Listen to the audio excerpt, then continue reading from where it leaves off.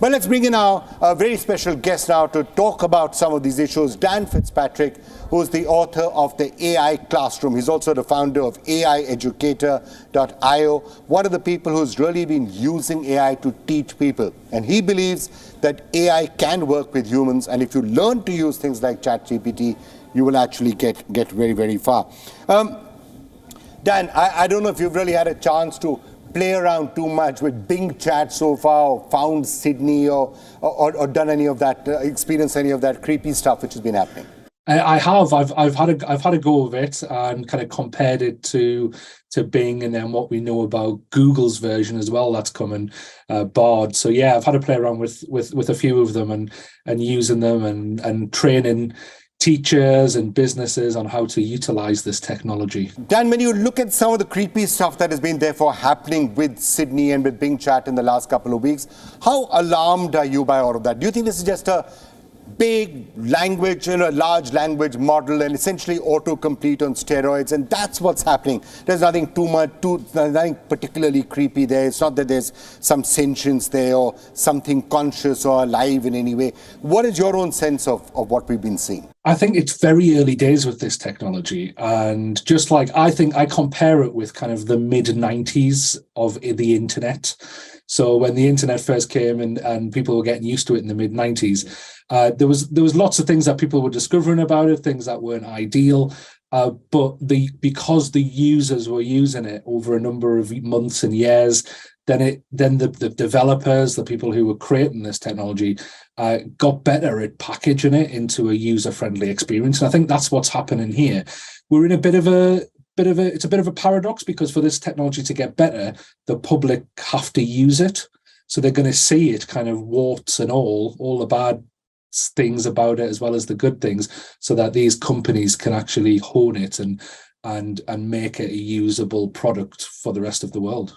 I get, Dan, one of the big questions that everyone's been dealing with is that, this is something which could be improving itself very fast. And if you don't have guardrails around it and you don't have some security, a potential risk that people have been warning about for a long period of time, if this thing starts to teach itself and become really good at it, and it's connected to the internet and has other potential resources, you could get to a situation where it becomes way more intelligent than humans are, and therefore that's where it could pose a risk, an existential threat to humanity. Do you believe any of that is feasible? Yeah, I know. I don't know about you, but when I play with it, I think it's already smarter than me. So I think we're probably already there to a certain extent.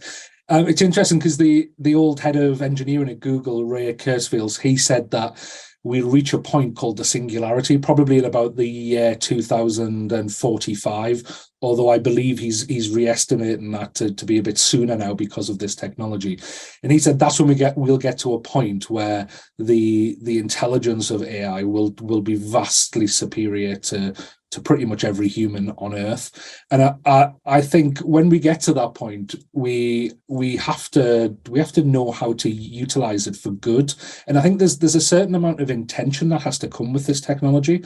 So whereas in the past, technology gets released and we just go, right, well, let's see where it goes. And then governments act slowly to kind of safeguard people from them. I think we very quickly have to learn the lessons from the technological advancements over the last few decades, and governments need to get ahead of the game and start safeguarding this for the public. I think when it gets to that point, like you're saying, Vikram, about having such super intelligence, I think it's the benefits there will far outweigh the negatives. We're going to see this transform our society for the better.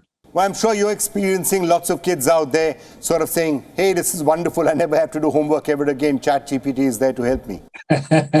Yeah, it's going to change it. And I think for the better, the education system or the education systems around the world have largely avoided disruption for the last few hundred years. I mean, the internet came along, but actually, if you look at most schools allow the internet to a certain degree only to uphold the current way of doing things. This will disrupt it all, I think, because what the skills that we teach students, if an AI machine can do them, which employer is going to want that student to come and work for them eventually if they can get an AI machine to do it cheaper, more efficiently, with a lot more intelligence? So we're going to have to rethink what have humans got to bring to the table if this technology can do a lot of the things that we do in our jobs already. And I think a large, you hear this word a lot around AI at the minute, is empathy. AI can't, and it goes back to what we were just saying about understanding, and I suppose true empathy has to start with understanding. And if machines can't understand truly, then can they empathize? They might be able to give a guise of being able to empathize, but actually true empathy, I think, is a human skill. So how do we build the human skills out? I think that's where education has to look. Also, some of the things with education, we still need them. Literacy, in order to speak to these AI machines and utilize them and collaborate with them, we need to be able to phrase the question in a good way. We need to be able to have a dialogue with these machines. We need to be able to evaluate what's coming out of them. So I think the education system will have to shift. It will have to shift to more skills-based learning. And how to collaborate with AI. I think we're seeing across the world at the minute, some schools getting scared, burying their heads in the sand. I think New York schools banned it. A lot of Australian schools are banning it at the moment. And I think all they're going to do is widen the digital gap. So COVID kind of showed up a huge digital gap across the world, didn't it, in terms of what students access to technology and students who don't have access. If schools actively ban this, they're just going to widen that gap for their students. Their students are going to leave their school and not have the relevant skills to live in this AI revolution, to live in and work in this new era. So schools have got a part to play here, and schools, instead of playing the victim, need to get active in this, need to go, right, you know what, this isn't just coming for education. Schools can get on board with this and revolutionize education in a positive way. Well, I think one thing is absolutely clear, Dan, whoever you are, wherever you are, whether you believe in the scary aspects of AI or whether you're just saying, look, it's a tool that will help humans like other tools have done, I certainly agree with you that everyone needs to know about it, and certainly every kid needs to be educated in what AI can potentially do. Thank you so much for joining us, Dan. Thank you.